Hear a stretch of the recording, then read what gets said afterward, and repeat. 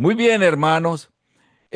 Uno de los principales objetivos que tenemos para esta materia es dar a cada estudiante los principios fundamentales de interpretación bíblica.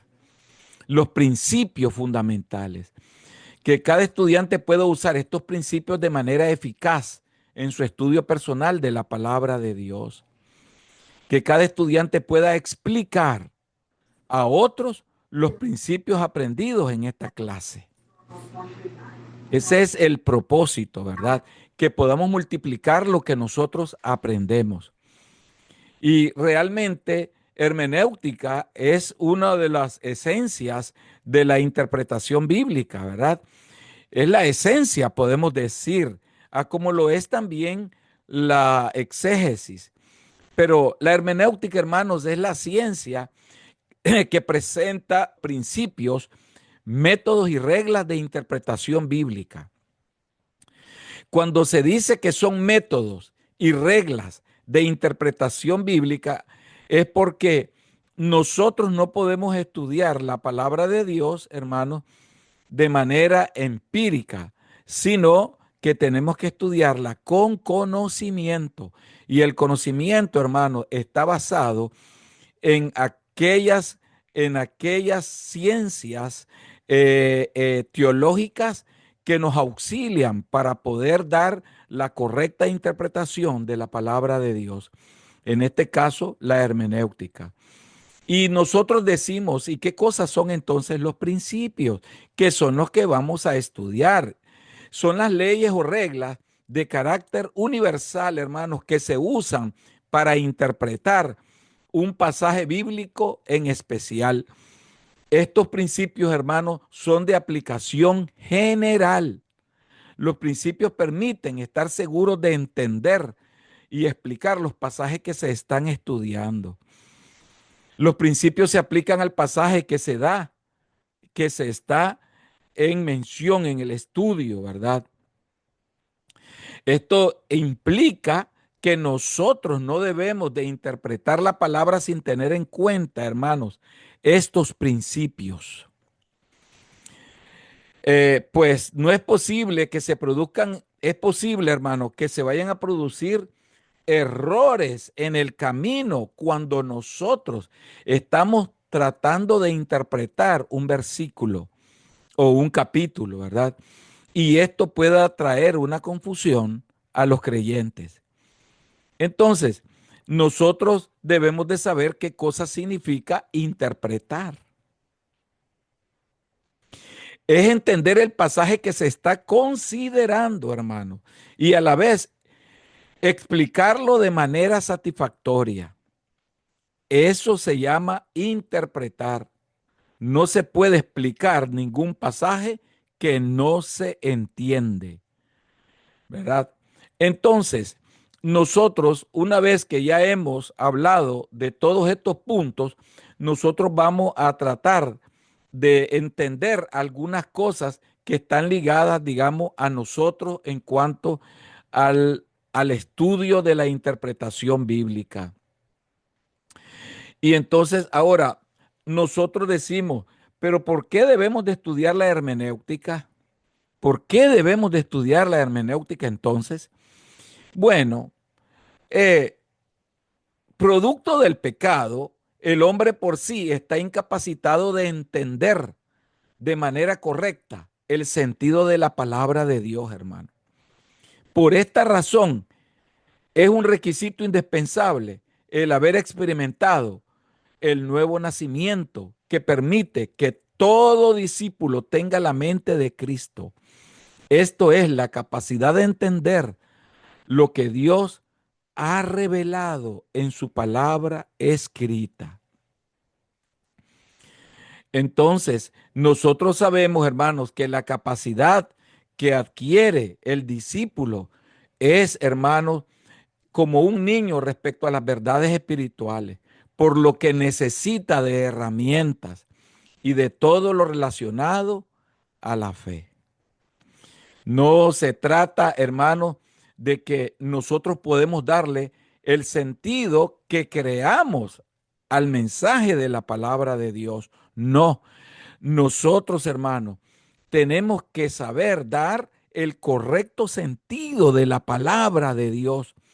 Entonces, esto es importante señalar que todo discípulo viene de un trasfondo religioso, hermanos.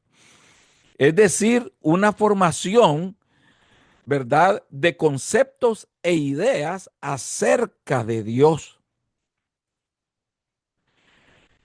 y de todo lo que tiene que ver o relacionarse con la fe, hermanos.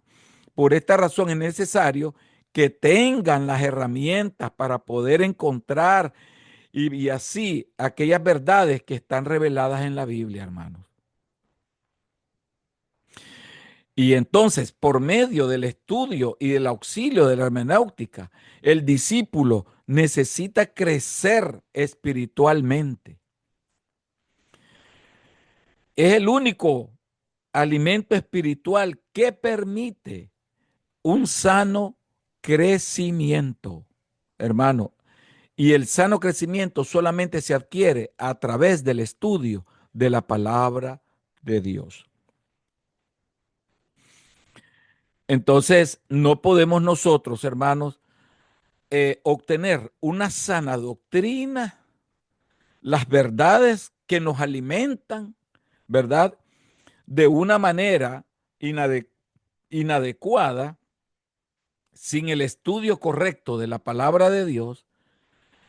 Entonces, es necesario que el discípulo, hermano, pueda interpretar las verdades de la palabra que lo alimentan, ¿verdad? Determinando de esta manera, hermano, un sano y constante y saludable crecimiento espiritual. Por eso nos dice segunda de Pedro 3:18. Antes bien, creced en la gracia y en el conocimiento de nuestro Señor y Salvador Jesucristo.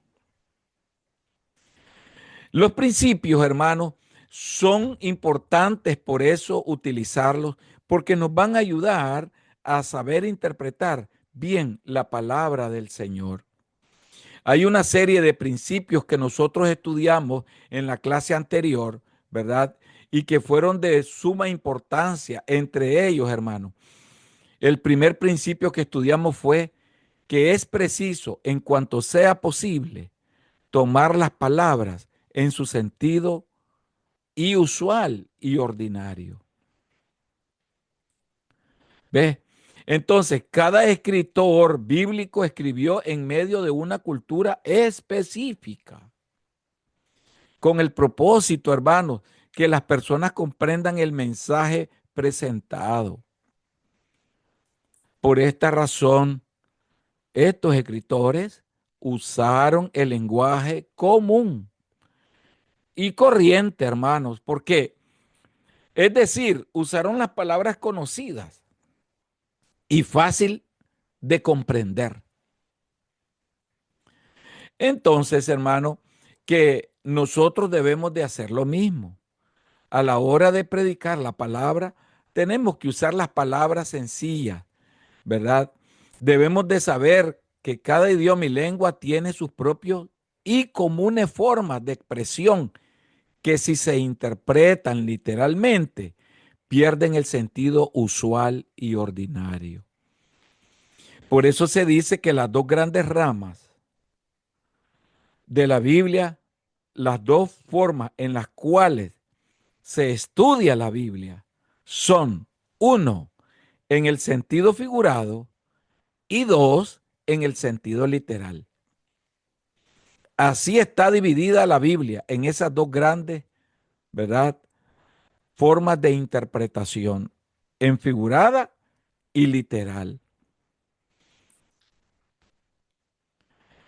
Ustedes saben de que por lo general la palabra de Dios fue escrita en hebreo, en griego y en arameo.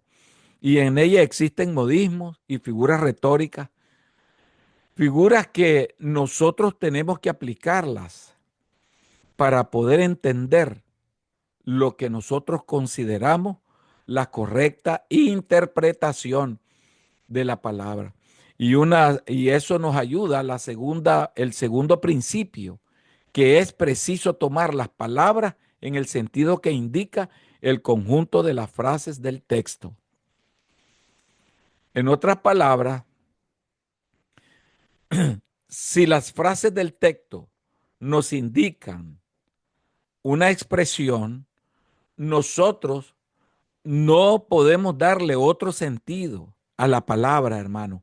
Este principio deriva del anterior, hermano, de manera lógica. Toda la palabra de la Biblia está inmersa en un contexto inmediato, que es el propio texto. Cuando nosotros, hermanos, tomamos un texto de la Biblia, nosotros tenemos que saber que todo el sentido que le queremos dar a todo el mensaje que queremos tiene que ir unido al texto, el cual es el patrón, texto patrón o base sobre el cual nos estamos guiando para poder dar la correcta interpretación, ¿verdad? Por consiguiente, el sentido de la palabra, hermanos, está determinado por el pensamiento que el autor se propone comunicar. Eh, por lo general, yo hago un, un bosquejo o un mensaje diario, uno diario, preparo para tenerlo en mi banco de mensajes archivado. Es algo que he hecho siempre, siempre, ¿verdad? Porque, digamos, me apasiona hacerlo, me apasiona. Y siempre me pongo a pensar, ¿qué puede ser importante hablarle a la congregación? Y me pongo a pensar en los problemas que tiene cada hermano. Me pongo a pensar, hermano, en las situaciones que está atravesando la iglesia. Me pongo a pensar los problemas del país, del mundo. Me pongo a pensar, hermano, en una serie de situaciones. Hay veces, ¿por qué el hermano actuó de tal forma o algunos hermanos actuaron de tal forma? Entonces, ahí me enfoco y busco cómo atraer textos bíblicos que puedan ayudar, ¿verdad?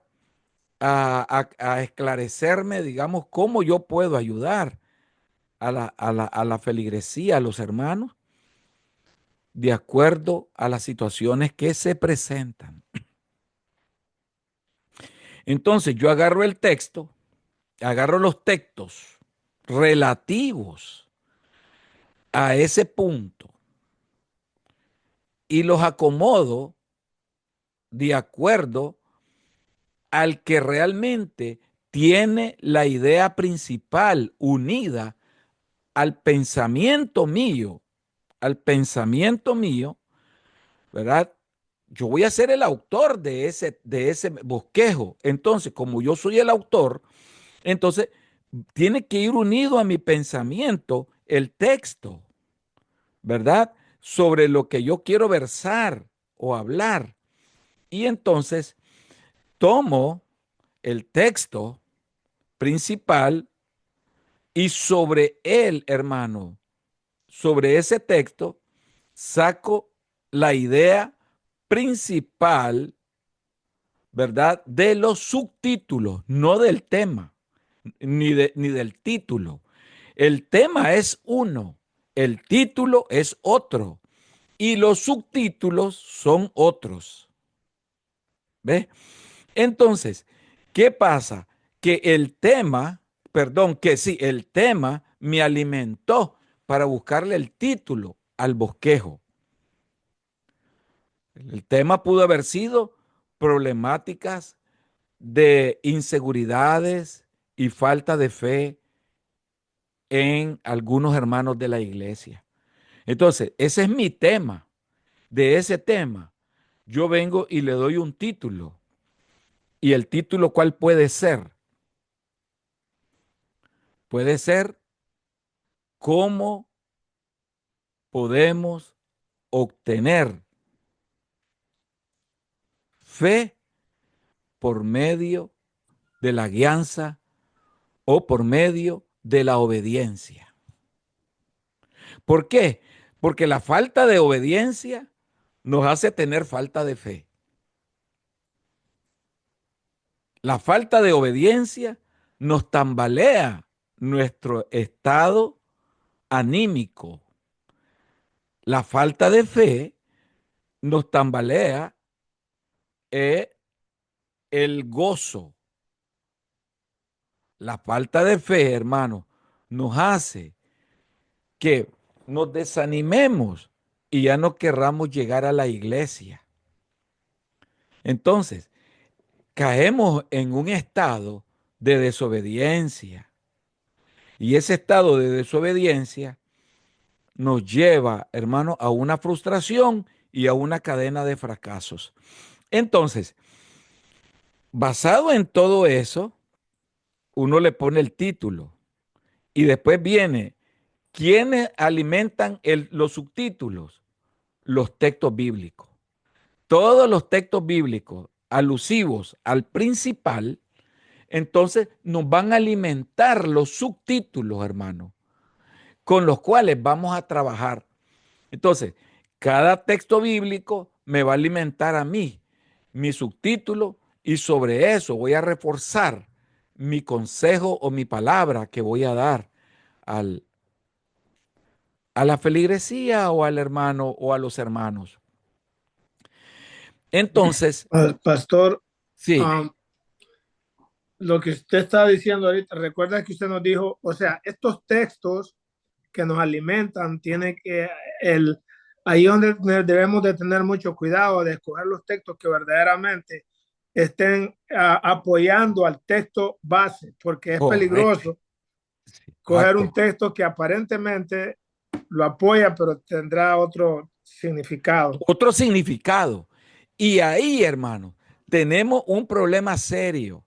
Y ahí es donde hay debilidades en muchos, podemos decir, evangelistas, pastores, maestros, etcétera. Hay debilidades porque tomamos unos textos que no van muy acorde Exacto. con lo que realmente nosotros queremos interpretar. O sea, la interpretación bíblica, hermano, es como cuando usted está interpretando más que un idioma, más que un idioma. La interpretación bíblica, hermanos, profundiza en la vida espiritual del hombre interior. Y dependiendo del significado que usted le vaya dando o el sentido que le vaya dando a cada texto, de esa manera usted va a ir guiando a ese hombre interiormente, lo va guiando, hermano, o al camino correcto o a un camino de confusión. Entonces, eh, el, el, el aprendizaje de tomar los textos correctos, hermano, se va adquiriendo la experiencia a través de la práctica. La práctica hace al maestro, hace al maestro. Entonces, el otro principio es necesario en el 3, principio número 3, haciendo repaso, es necesario considerar el contexto del pasaje. El contexto del pasaje. Estos versículos, hermanos, que antes y después del texto se estudia, ¿verdad? El, el, Pastor, este sería el contexto inmediato.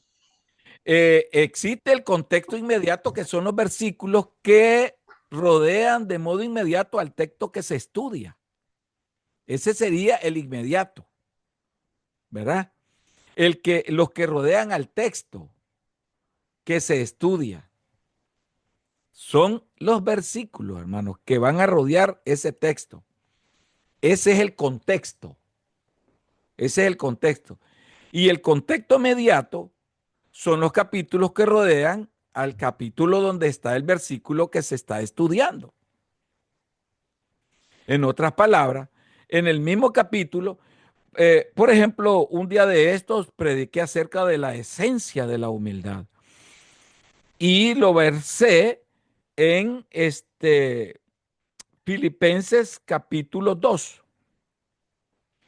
Tomé los primeros 8 versículos, tomé el central y los que le rodeaban. Tomé el contexto inmediato, los versículos que rodean, y tomé los inmediatos del capítulo también.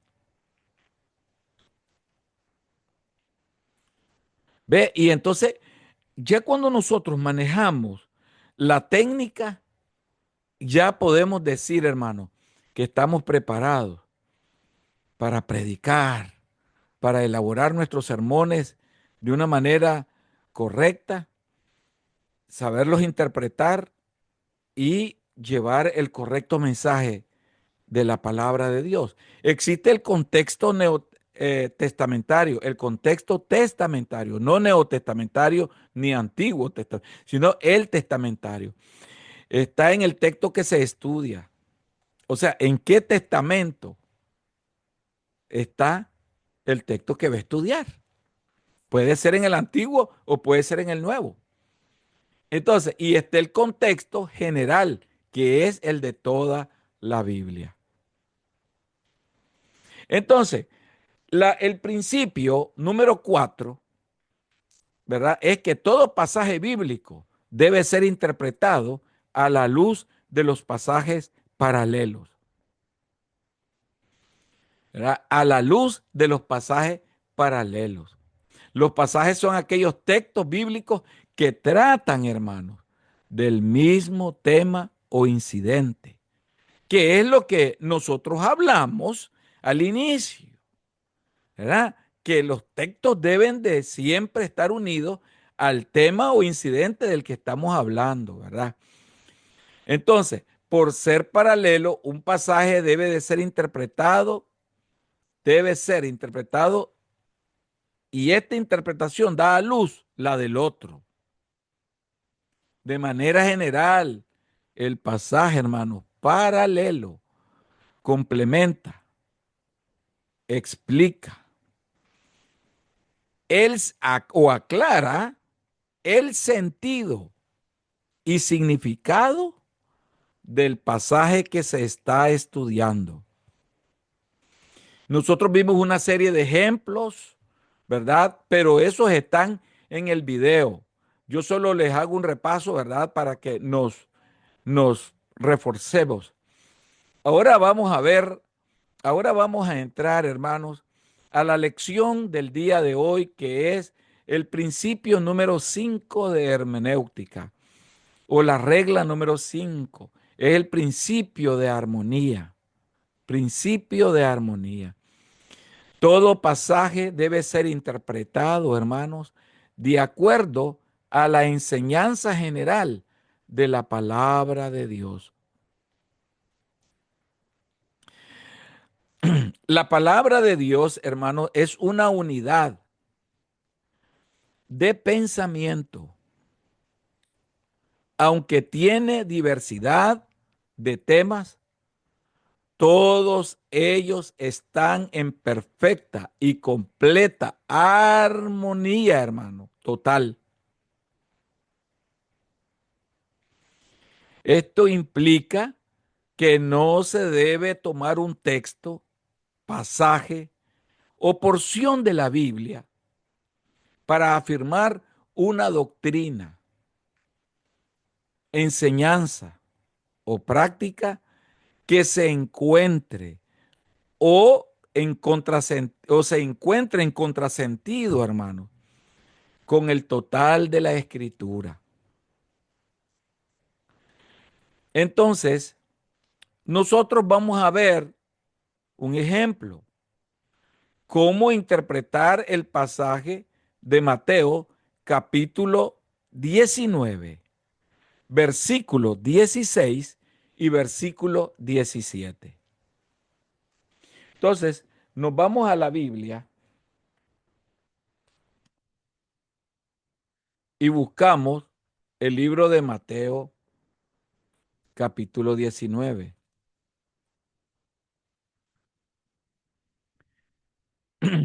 16 y 17. Y dice la palabra del Señor de la siguiente manera.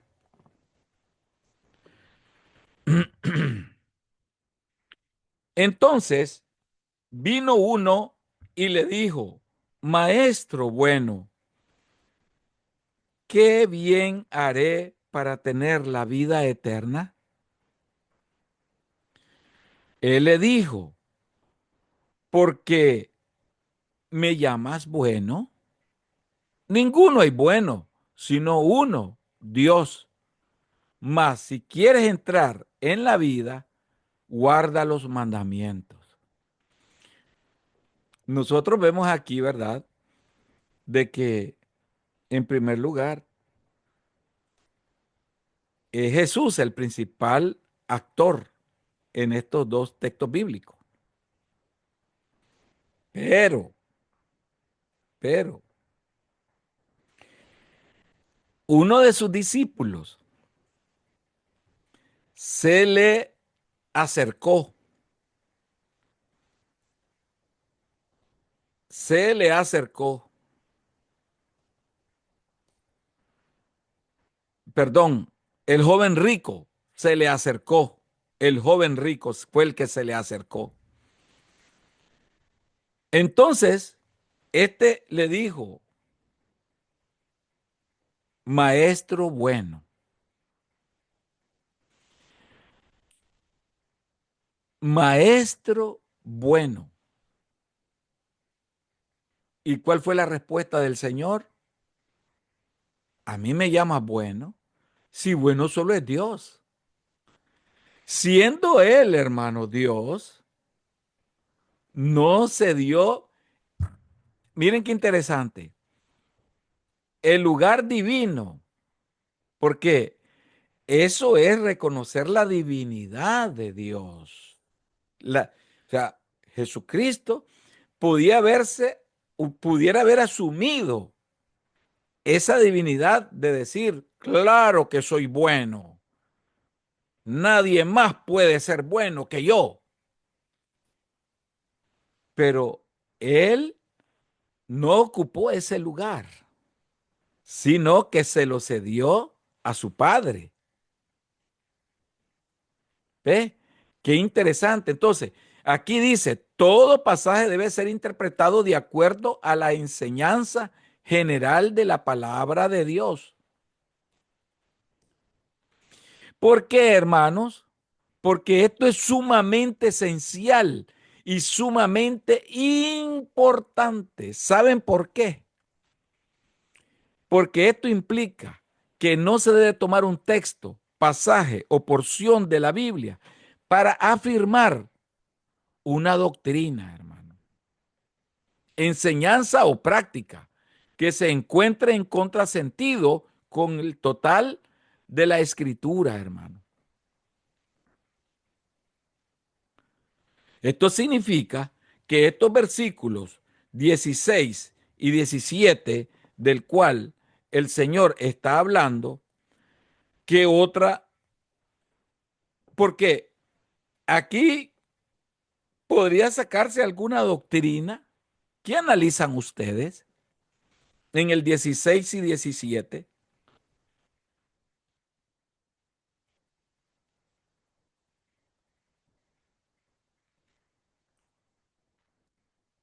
Porque está hablando, uno, de la vida eterna,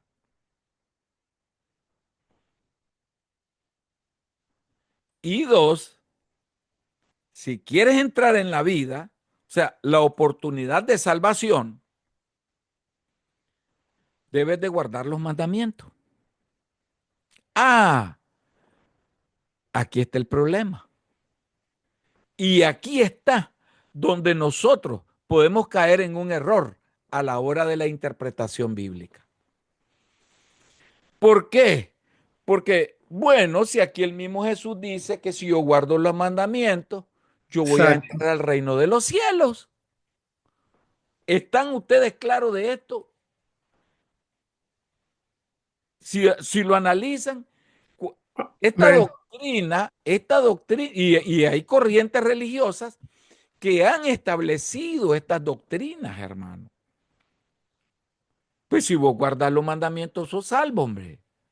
Pues vos guardás, la Iglesia Católica es una de ellas. Guardar los mandamientos, sos salvo. Prácticamente el cristiano ahí volvería a la ley. Exactamente. Volvería a la ley. Pero aquí viene la interpretación bíblica. Aquí viene la interpretación. Porque, en primer lugar, el mismo maestro le está diciendo, ¿por qué me llamas bueno?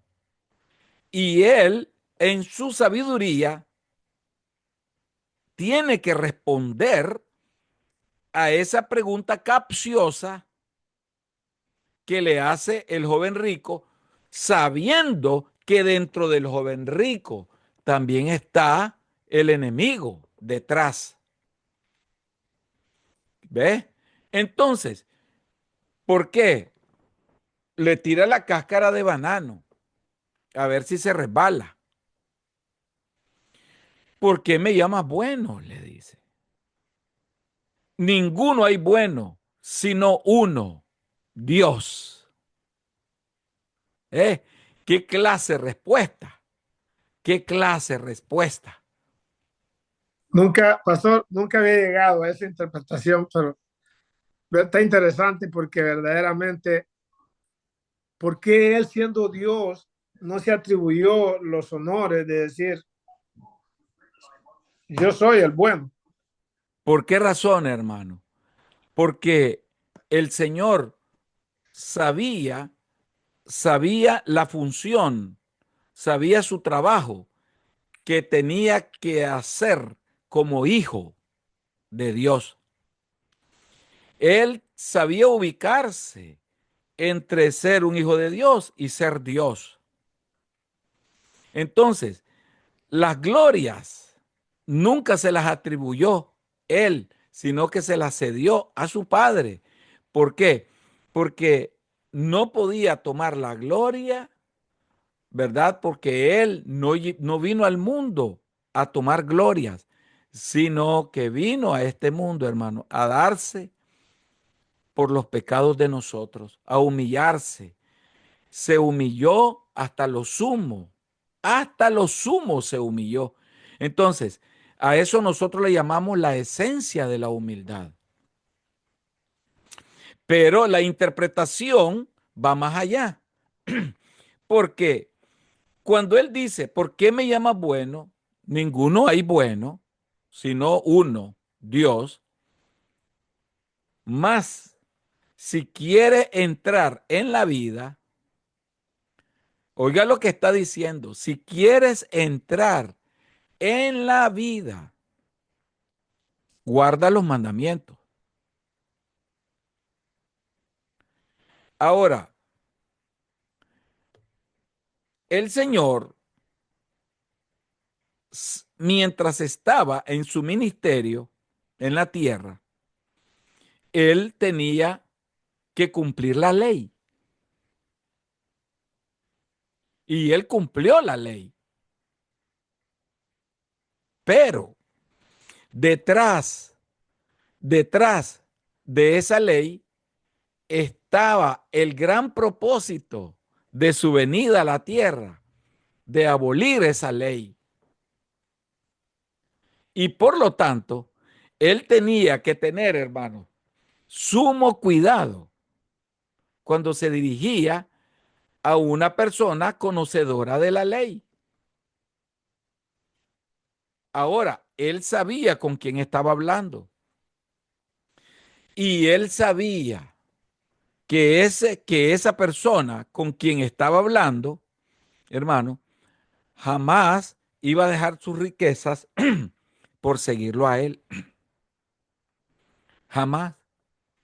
Porque la vida intelectual de este joven rico lo hacía tener un grado de superioridad, aún ante el mismo maestro.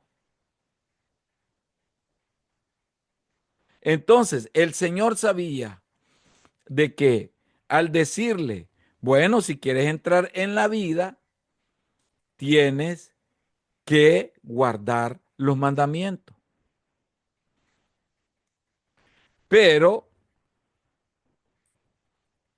él le dijo, todos los he guardado, ¿qué más me falta? Y aquí vienen los versículos que nosotros le llamaríamos como los versículos que rodean al texto. ¿Ok? Estos son los que rodean al texto, ¿verdad? Que son los inmediatos, los que rodean al texto.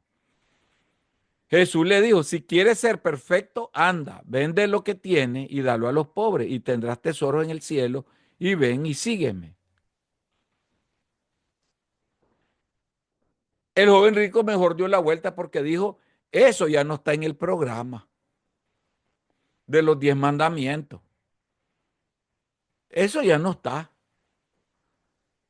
ya no está. Por lo tanto, mejor me voy. Yo ya cumplí y yo me considero salvo porque yo ya cumplí. Eso que me está proponiendo él, ¿a dónde está en los 10 mandamientos? Es bien difícil, hermano, ¿verdad? Entonces, nosotros no podemos manejar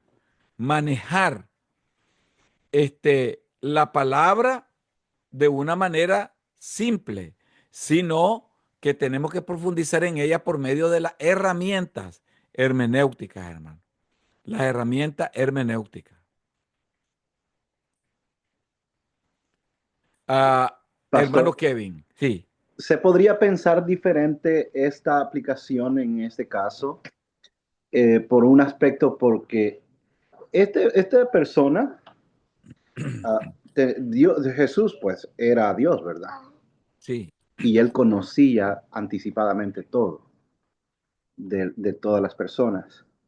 Pero se podría pensar, yo lo que estaba pensando, si podemos pensar en explicar esto de otra forma, en una forma de decir, este joven reconoció lo bueno de Dios, porque en realidad era, de acuerdo a lo que conocemos, el único que cumplió la ley y la palabra, todos los mandamientos ha sido Jesús, sí, por ser 100% Dios y por ser 100% hombre. sí, Ahora, ya Jesús conocía anticipadamente que este muchacho creía que solo por seguir las reglas de la ley que él conocía, porque lo de Jesús era nuevo. así Las es. reglas de Jesús eran nuevas en ese momento. Entonces, este creía que eso era suficiente para poder alcanzar el reino. Pero Jesús conocía su debilidad, Bien. dónde estaba su confianza.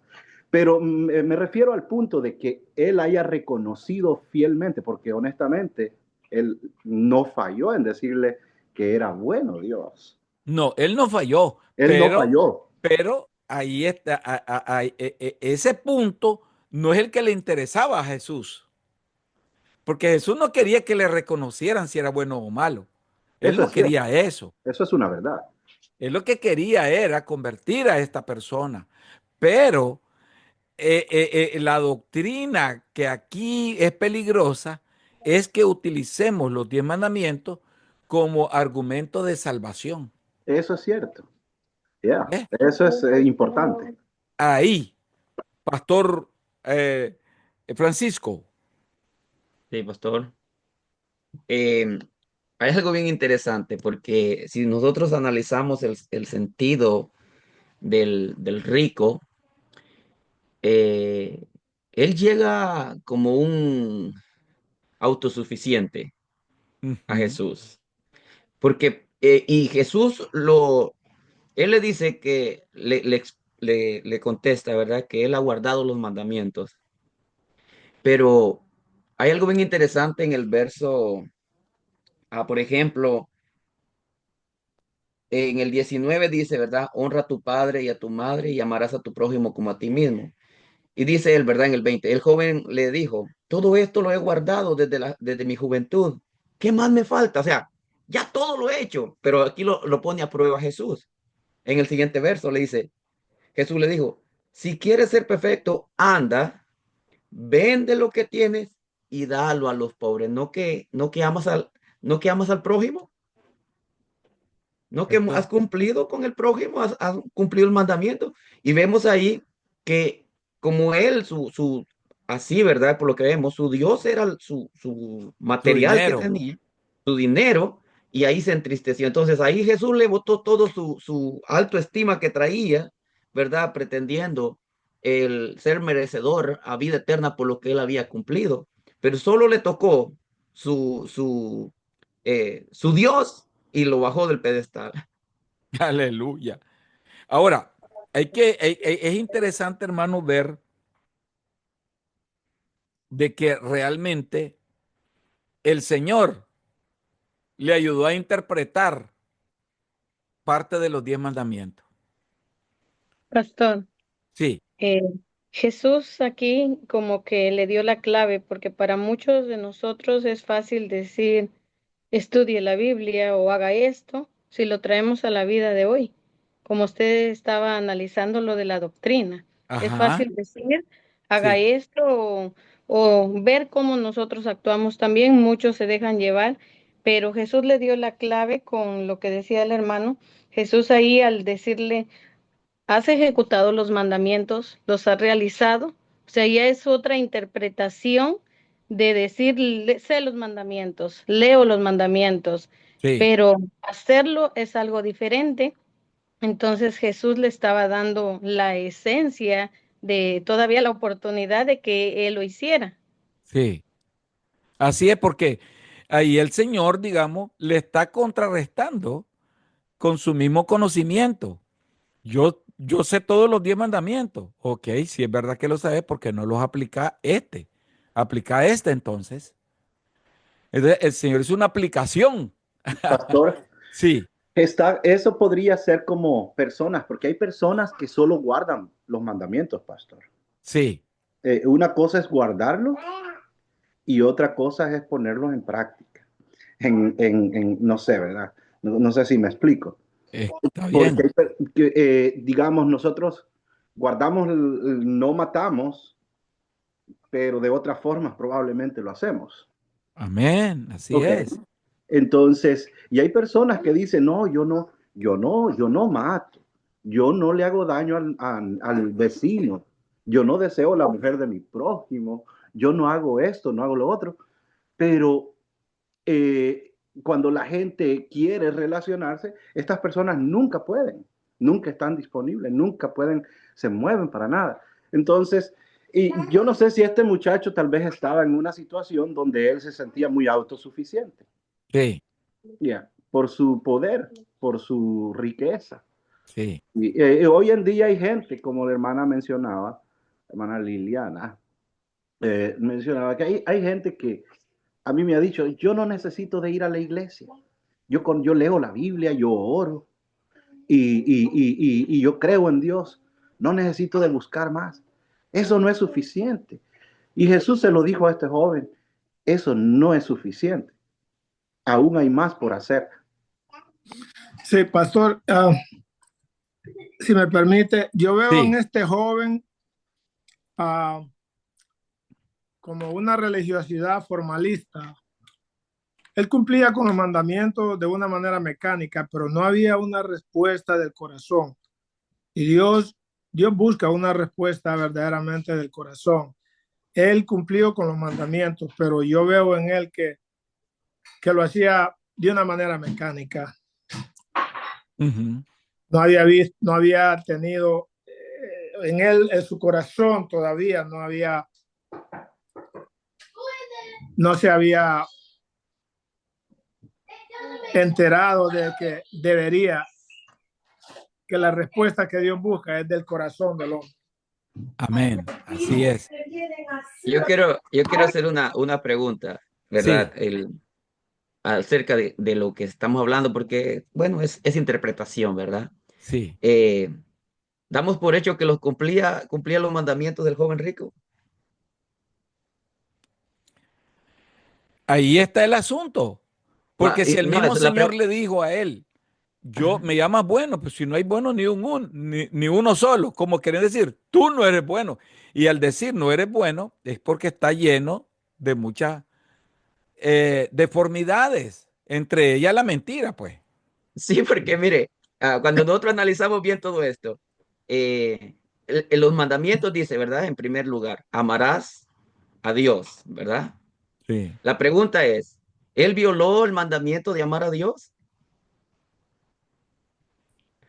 Lo viola porque su Dios es el dinero y de entrada ya violó el primero. Así Y no, es, y no es que está cumpliendo los mandamientos, él viene con aires de superpoderoso, pero él está sí, violando los mandamientos. está Y ya violando luego, los mandamientos. el otro, ¿verdad? Bueno, dice, no mentirás. Ahora, él violó el mandamiento de no mentir porque le está mintiendo a Jesús. Ya van dos. Luego, él viola el mandamiento de amar a su prójimo porque cuando lo manda a vender todo lo que tiene y que lo comparta con el prójimo, él niega amar al prójimo. Ya. Vemos que él solo tenía una careta nada más. Así Por, es. por eso cuando seguimos leyendo, por eso cuando los discípulos se estremecen en los siguientes versículos y dicen, ¿quién podrá ser salvo? Sí, así es. Porque si el mismo maestro no es bueno, entonces ¿quiénes vamos a ser buenos? No hay ni uno. Así es. ¿Ve? Ahora, veamos Romanos 3:28. Estos son, recuerden hermanos, que aquí lo que estamos analizando es el principio de la armonía, que es la número 5, el principio, la regla número 5. Todo pasaje debe ser interpretado de acuerdo a la enseñanza general de la palabra de Dios. Fíjese, pastor, que yo tengo como por alguna razón, yo me acostumbré como decir, a formar los sermones que predico de una manera expositiva. Sí, Y, y bueno, en lo que he aprendido, ¿verdad? Siempre trato normalmente yo no, es bien rarísimo cuando yo predico de uno o dos versos, más bien yo predico de un relato en sí, su totalidad. Y tratando de extraer del relato el propósito del autor, ¿verdad? Con el propósito de la necesidad de la audiencia. Y, y entonces, normalmente cuando yo hago ese estudio, ve que la Biblia nos marca de alguna manera en dónde está un texto, dónde inicia, dónde termina, ¿verdad? Lógicamente que continúa pero le marca las líneas a uno. Entonces, cuando voy a eso, normalmente, ahorita que estamos meditando a textos nada más, sí, ah, para que yo lo logre comprender, tengo que leerle ¿cómo se dice? El relato completo sí. para que yo me lo pueda asimilar, porque de entrada a mí me es bastante complicado solo asimilar dos sin haberle leído el antes y el después. Claro, es que es necesario para complementar. Y recuerden que en la regla número 5, o sea, el principio de armonía, es sumamente importante manejarlo bien, hermano. Manejarlo, pero a la perfección. Porque aquí es donde nos encontramos los versículos que pueden, hermano, pueden dar una enseñanza doctrinal equivocada. Veamos entonces Romanos 3:28. Solo una cosa, pastor, no Sí, sé si es válido o aporta algo a sí, los que estamos, ¿verdad?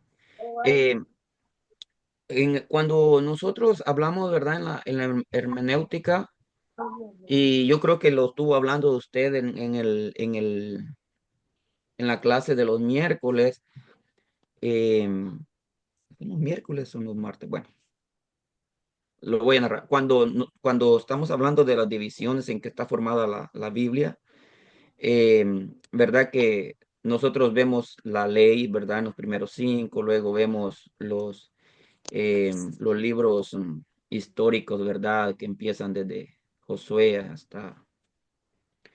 am, ya luego nosotros vemos los libros poéticos, pero hay algo en la regla de la interpretación, de la hermenéutica, ujú, eh, no sé si, no sé si estoy bien, pero creo que en la regla de la hermenéutica está un principio, como usted lo dice, de que por ejemplo, en un libro histórico no se le puede aplicar una doctrina. No sé si estoy bien. En un libro histórico, indudablemente que no podemos aplicar doctrina, hermano. Mm. Entonces, con eso en mente, nosotros, o histórico o narrativo, ¿verdad? Sí. No se le puede aplicar a una doctrina porque lo que se trata ahí está narrando un acontecimiento. Es una Ajá, enseñanza, digamos, que puede ser moral, una enseñanza espiritual, pero las grandes doctrinas de la Biblia están basadas, hermano, en las doctrinas de nuestro Señor Jesucristo, ¿verdad? Y todo lo que sustenta, digamos, eh, las cartas Paulina, paulinas. correcto. ¿Ves? Sí, Por eso, eso vamos a ver ahorita. Ujú. con eso en mente, ¿verdad?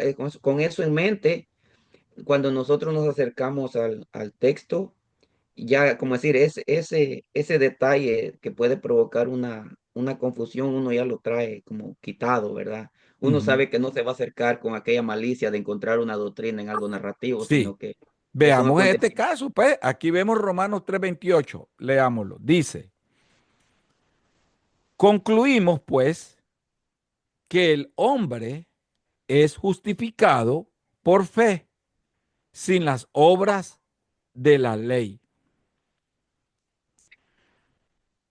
Concluimos, pues, que el hombre es justificado por fe, sin las obras de la ley.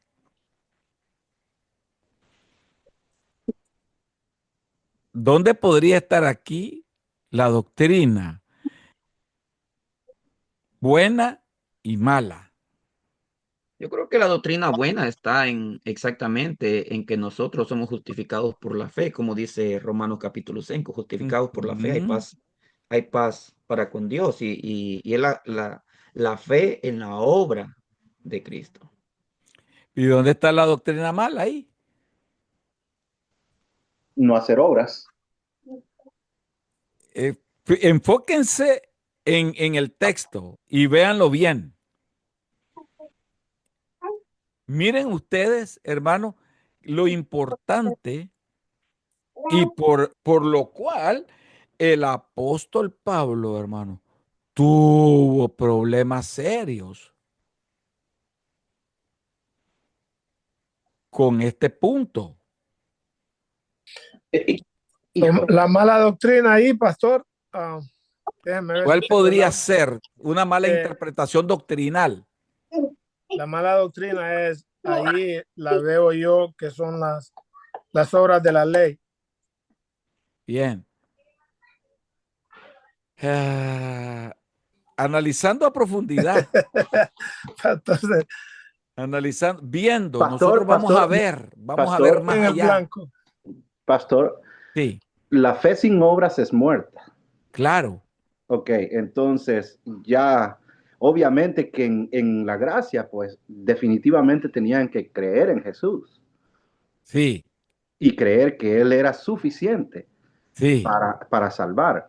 Entonces, el problema que esta gente tenía era que estaban aferrados a que solo las acciones físicas de la ley.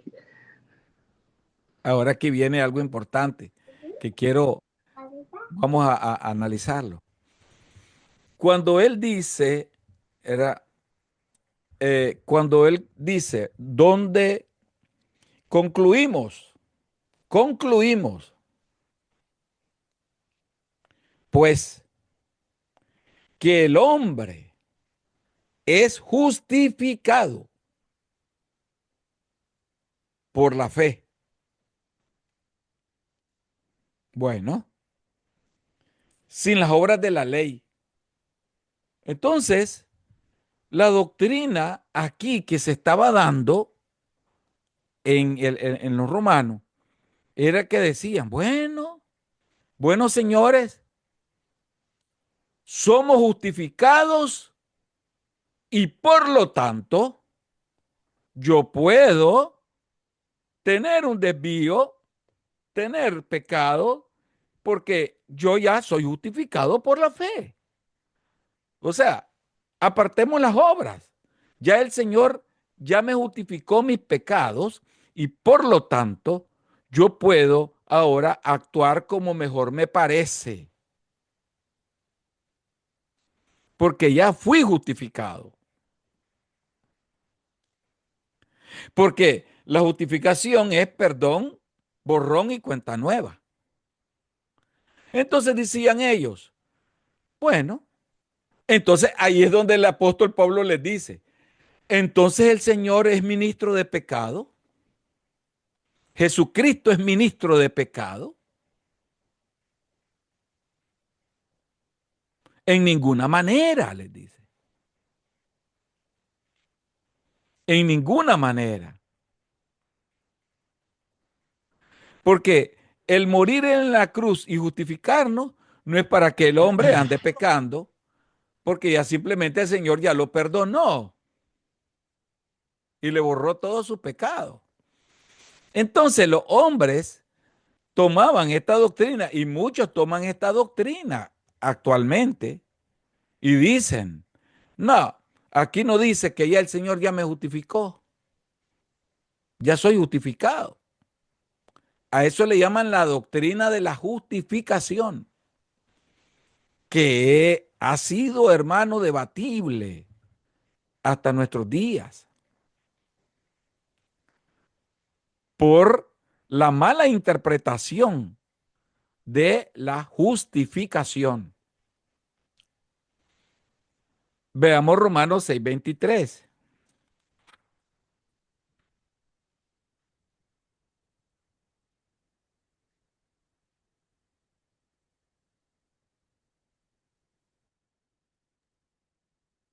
Gracias.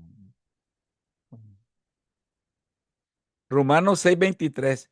Porque la paga del pecado es muerte, mas la dádiva de Dios es vida eterna en Cristo Jesús, Señor nuestro.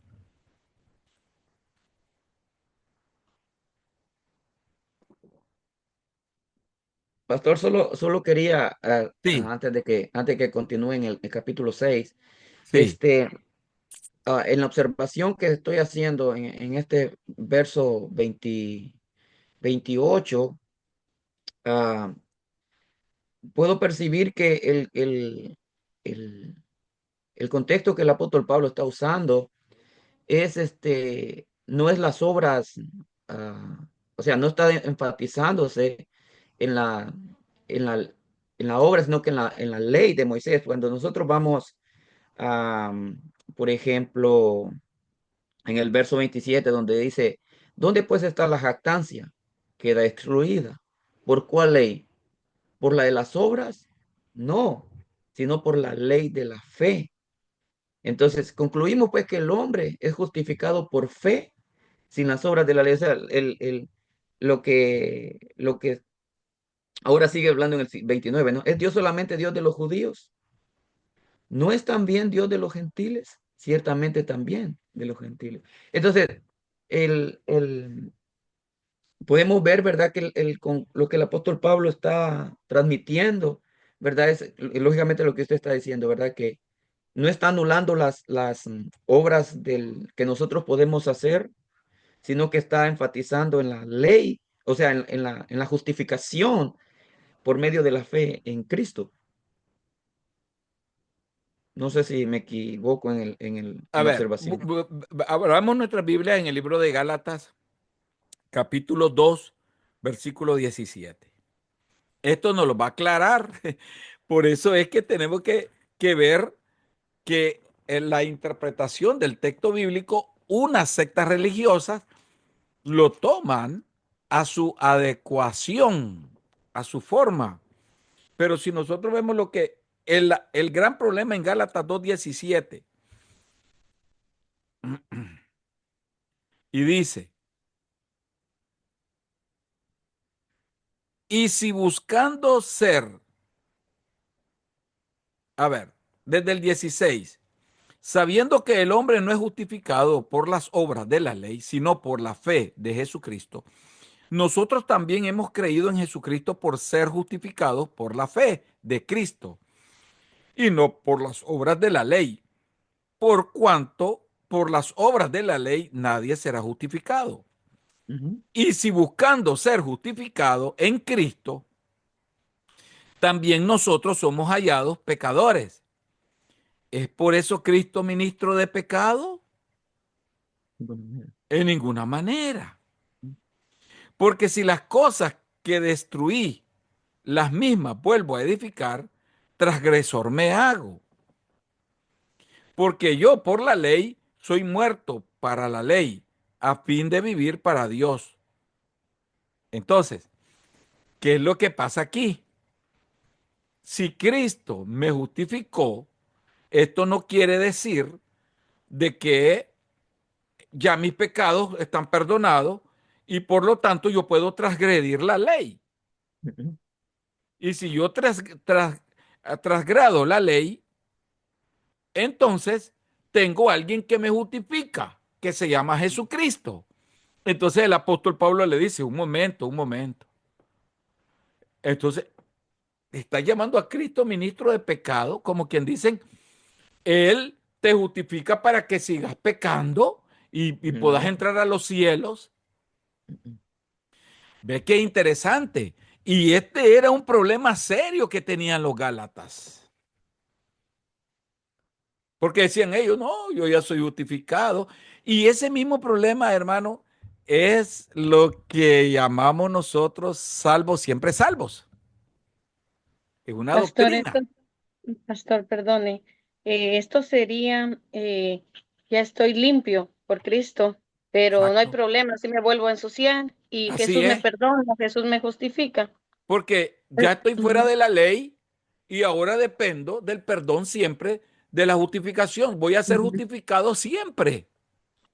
Y como voy a ser justificado todo el tiempo, entonces yo puedo transgredir.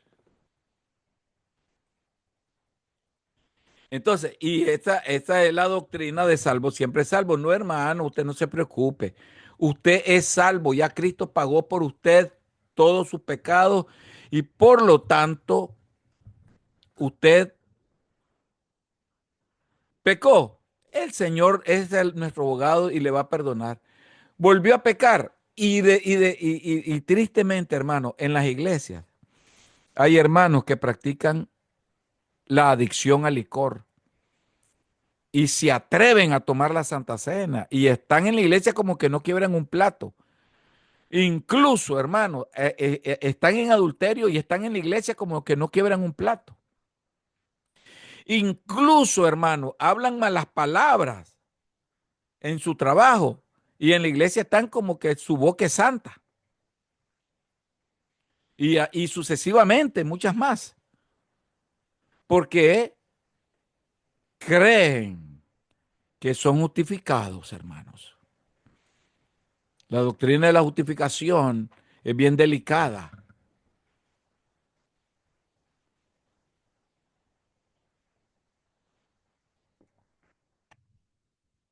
Realmente nosotros sabemos que Cristo murió en la cruz y no podemos vituperar su nombre. ¿Cuál fue el último texto? Perdone, pastor, no lo tomé. Romanos 6:23. Ok. Pero usted leyó otro también. O si Gálatas, Claro. capítulo 2, versículo desde el 16 hasta el 23. Ok. Del 16 hasta el 20. Ujú.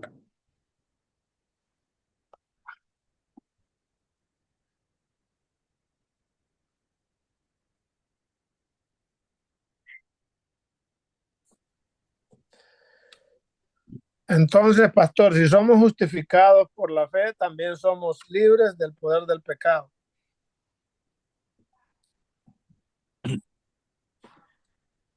Eso es algo que hay que analizarlo bien, porque la verdad, hermano, que la justificación es el perdón que da el Señor de nuestros pecados para no volverlos a cometer. Amén. Eso es, hermano. Pero lo que usted me está diciendo, ¿el poder de qué me dijo? Bueno, o sea que en base a lo que venimos hablando, ¿verdad? De que si somos justificados por fe, no podemos eh, seguir en el pecado. O sea, si somos justificados por la fe, Siempre y cuando nuestra vida, hermanos, camine en obediencia. seguro. Pero ahí está el problema. Ahí está el problema. Que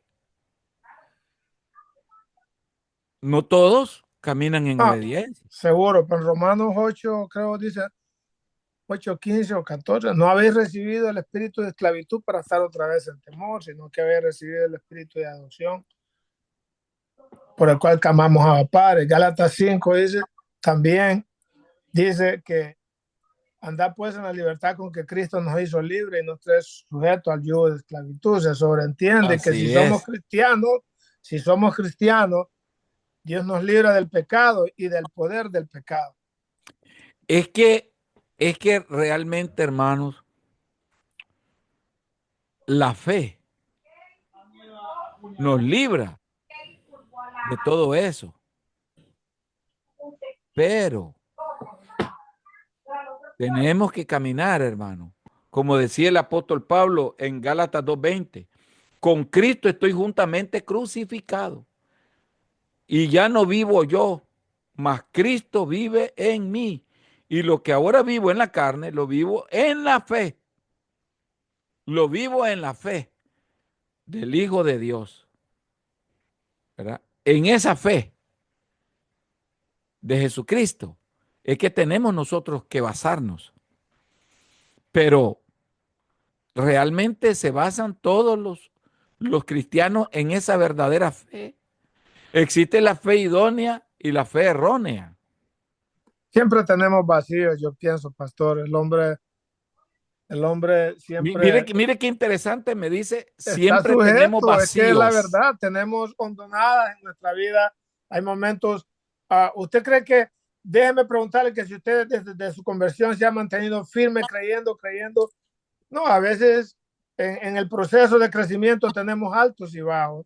Pero yo me he mantenido firme desde que creí, hermano, no me he apartado desde mi No, niñez ni hasta yo hoy. tampoco, por la gracia de Dios, no. No me he apartado y he estado firme, pero no quiere decir que en el Hijo de Dios no hayan debilidades. Ok, Sí eso es hay, lo que trato de decir. indudablemente, porque el apóstol Pablo las tuvo y los profetas los tuvieron, los apóstoles también.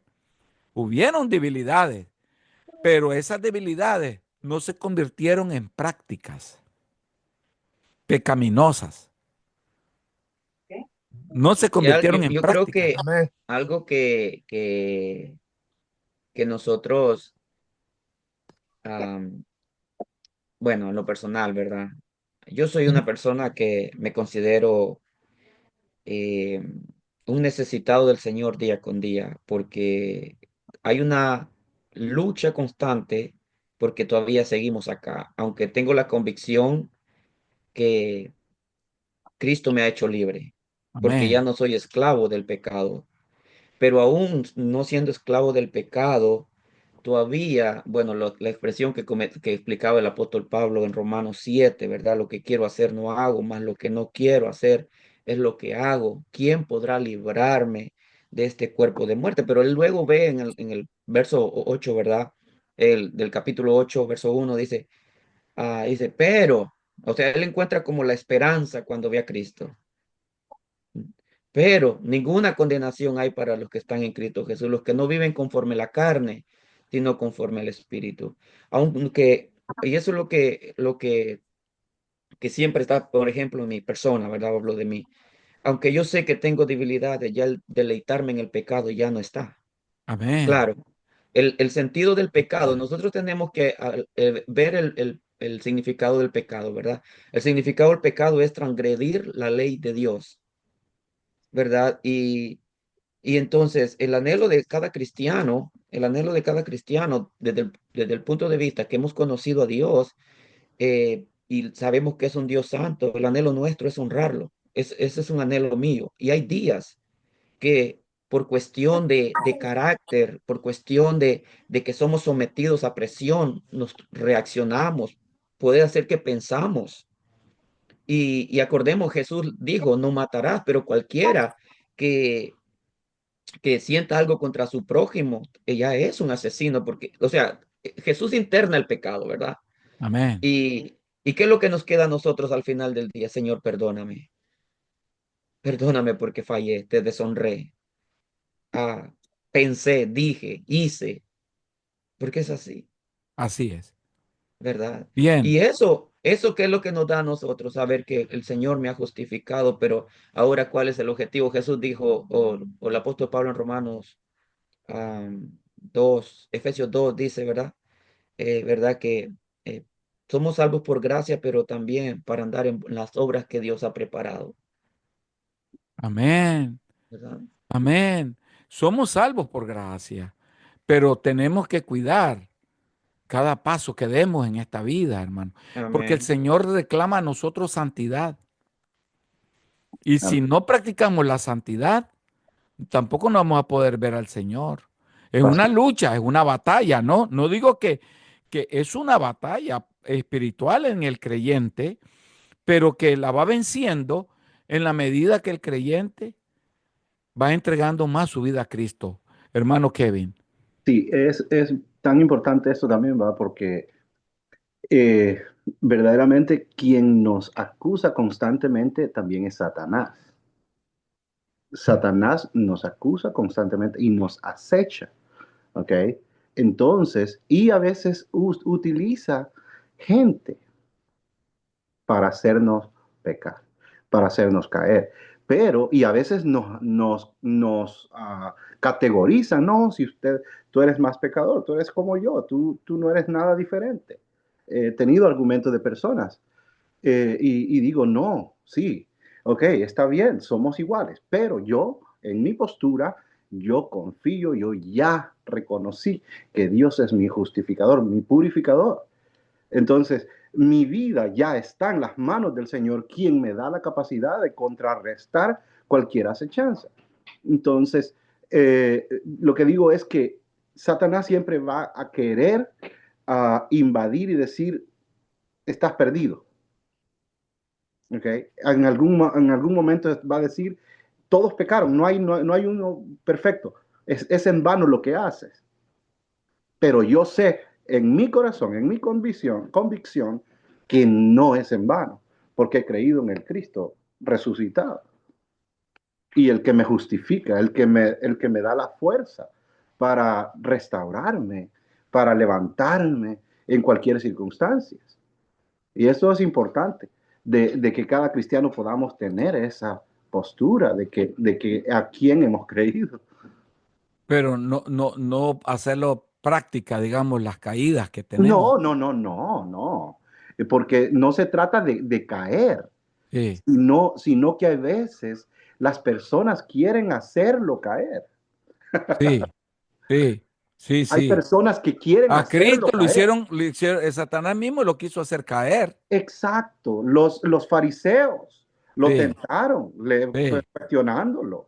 O sea, hay gente que es utilizada por el diablo y está acechando a los fieles. así es. Está acechando. Y nosotros tenemos que tener la firmeza y la certeza de que Cristo es nuestro redentor. Y la Amén, fidelidad debe estar allí permanente en nosotros. Nunca amén, dejar de hacer lo bueno. Eso lo quería compartir eso. amén.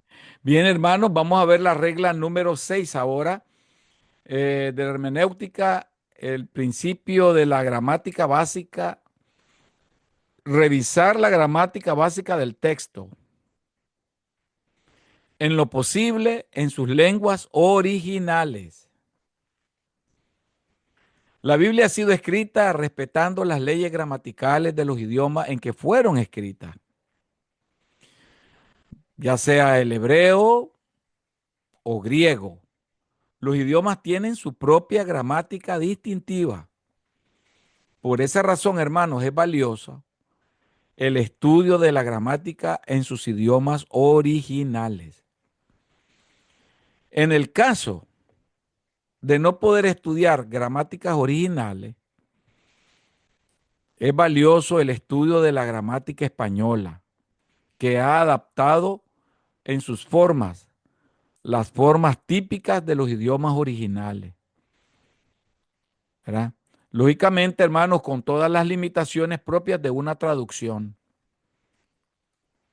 De allí, hermanos, que es importante considerar el estudio básico de la gramática española, básica para poder entender de una manera mejor el mensaje bíblico.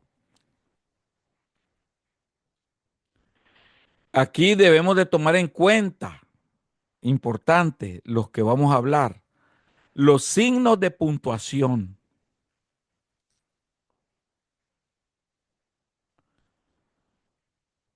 Los signos de puntuación son los signos, hermanos, que se usan para separar las partes de un discurso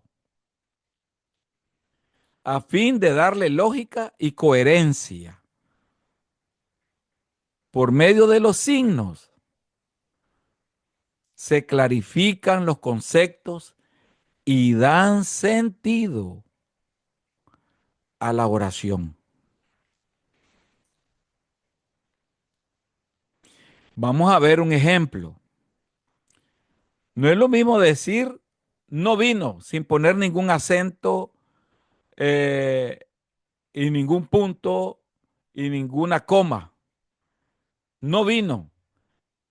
Pero si nosotros decimos no, coma, vino,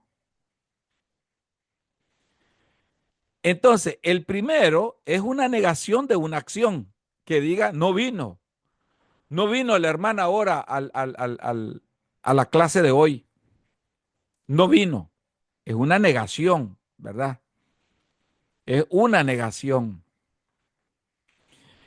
de la oración. La segunda es afirmación de la misma acción. No, coma, vino. ¿Ves? Qué interesante, hermano. Entonces, ¿qué es lo que diferencia una de la otra? El uso de un signo de puntuación. Los principales signos de puntuación son, ya ustedes los conocen también, la coma, el punto, los dos puntos, el punto, los paréntesis. Y también hay una palabra gramatical que se llama las conjunciones. Esta es una palabra invariable, hermano, que cumple la función de establecer una relación gramatical y lógica entre las palabras. O sea, la combinación de las palabras nos ayudan en la conjunción. Es la combinación. Frases u oraciones que componen, hermano, un texto bíblico.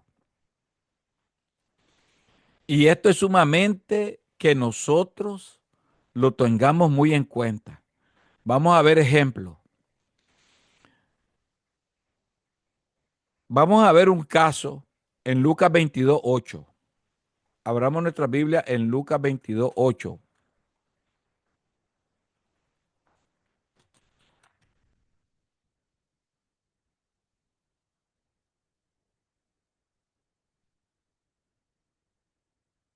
Dice, Jesús envió a Pedro y a Juan. Y Jesús envió a Pedro y a Juan, coma,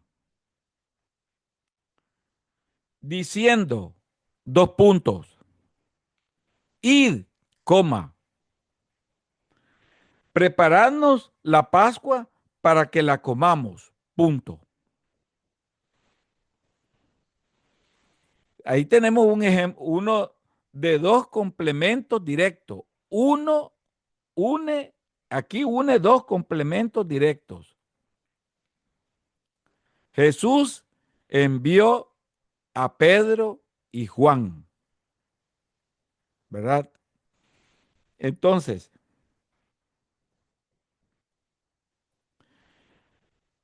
diciendo,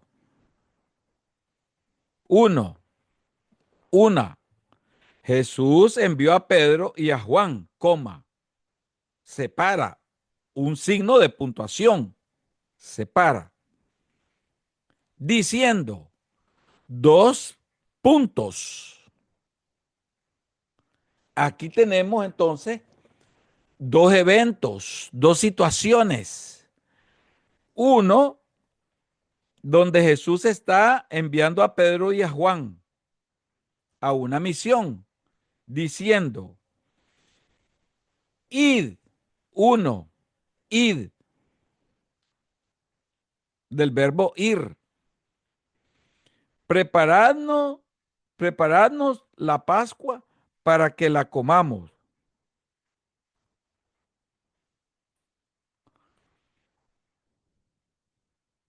Pre- preparadnos la Pascua para que la comamos.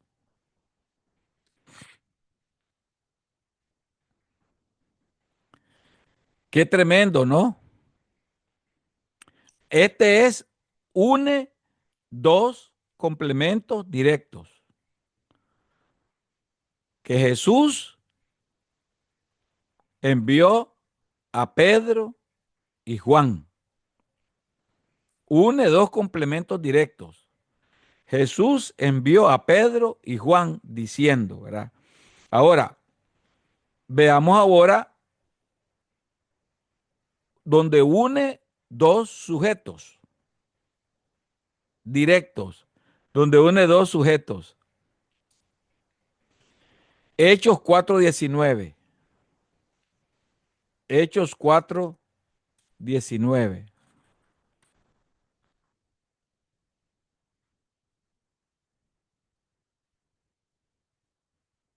Hechos 4:19. Mas Pedro y Juan respondieron diciéndoles, juzgad si es justo delante de Dios obedecer a vosotros antes que a Dios. Entonces, aquí une dos sujetos. Juan y Pedro respondieron.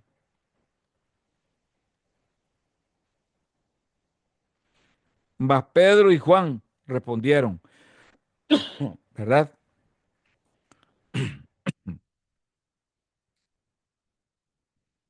Ahora va, aquí viene otro. Une dos predicados.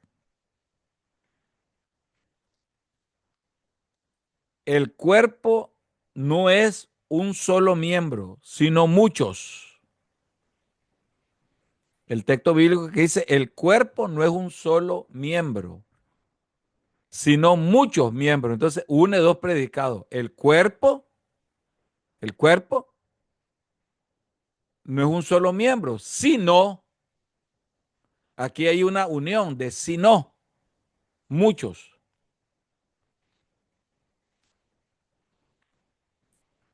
Ahí es sino.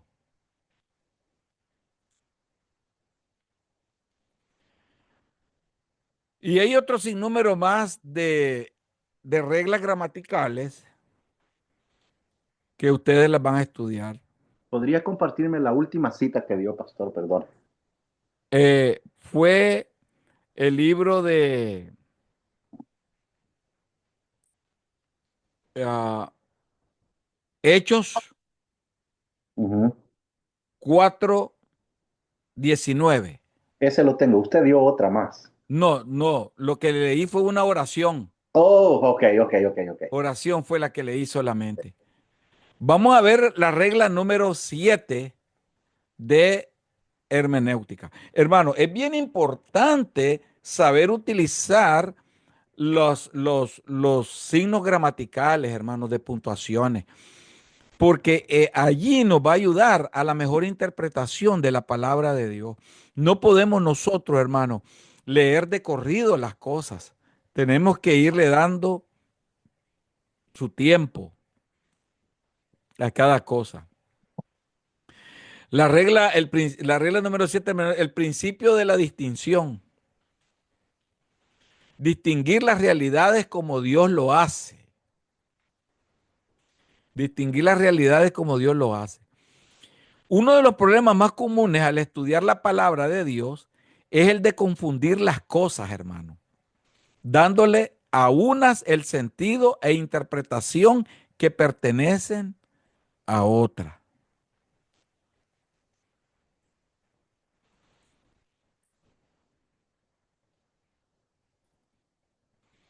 Vamos a ver un ejemplo. Vamos a aplicar un principio cotidiano de la conducta del Antiguo Testamento a los creyentes del Nuevo Testamento. Allí es que es imperativo reconocer la distinción de las mismas palabras, hermano, que se hace. Distinción entre las criaturas de Dios y los hijos de Dios. Vamos a ver. Ustedes saben de que una cosa es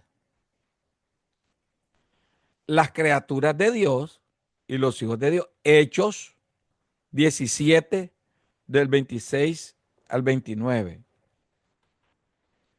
Hechos 17,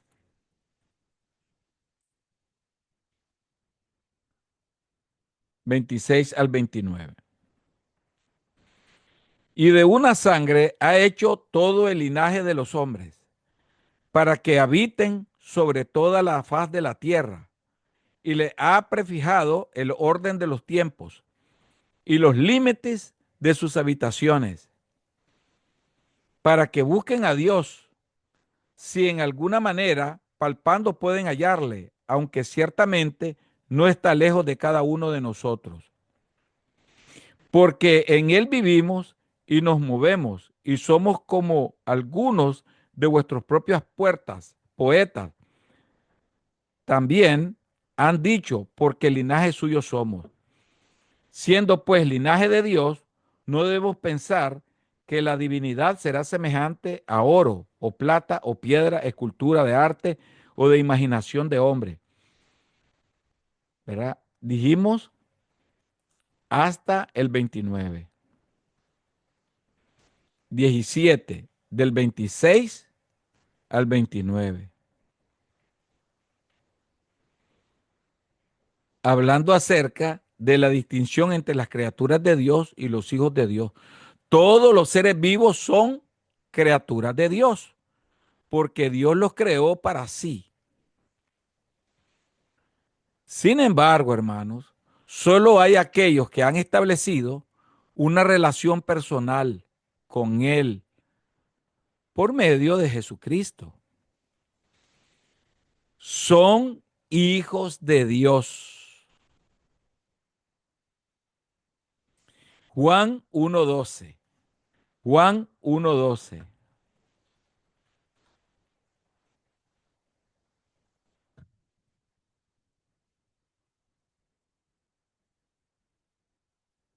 Mas a todos los que A le todos los que le recibieron, recibieron, a los que al, creen en su nombre. amén. Perdón, pastor, perdón. Léalo, hermano, léalo, Oh, tranquilo. yo me lo Léalo. sé de memoria ya.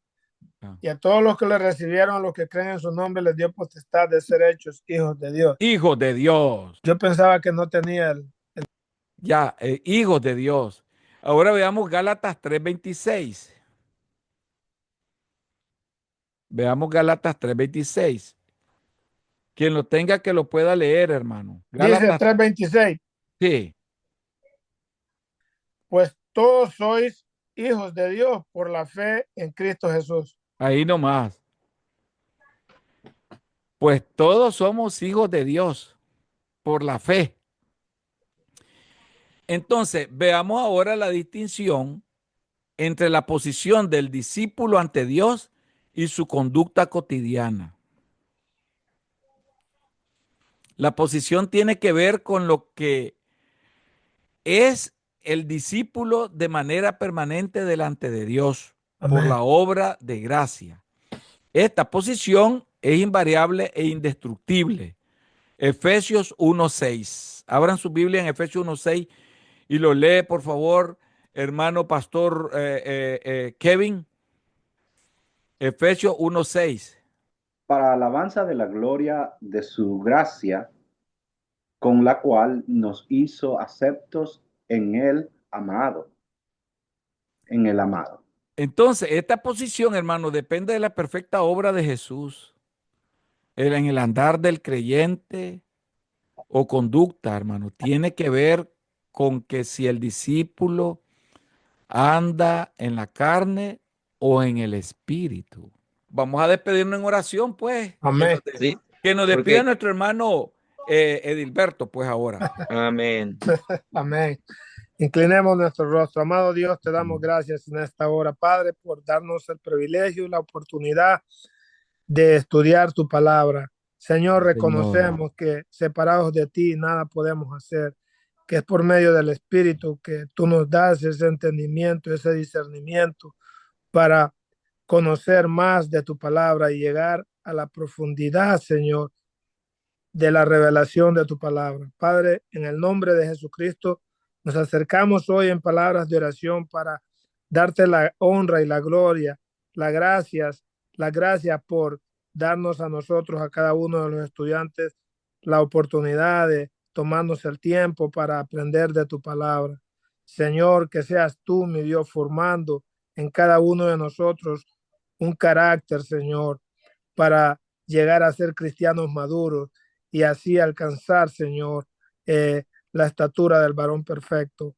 Padre, en el nombre de Jesucristo, oro por la vida del pastor Wilmar, su familia, y por cada uno de los estudiantes y sus familias, Padre, que seas tú, mi Dios, obrando siempre en nuestras vidas esa santidad, mi Dios, que tú demandas de nosotros. Padre, en el nombre de Jesucristo, te damos gracias por este tiempo, Señor.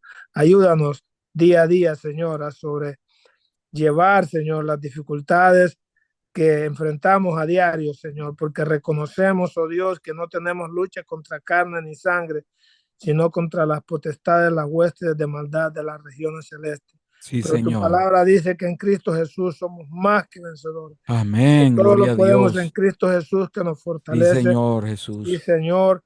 Y si tú eres por nosotros, Señor, ¿quién contra nosotros? Porque tú Amén. lo demostraste, oh Dios, en la cruz del Calvario, lo demostraste, Padre Santo.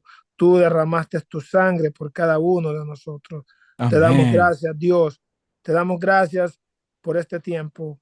En el nombre de tu amado y precioso Hijo Jesucristo, el cual es el resplandor de tu gloria y la imagen misma de tu sustancia. Gracias, Amén. Señor. En el nombre de Jesús, amén.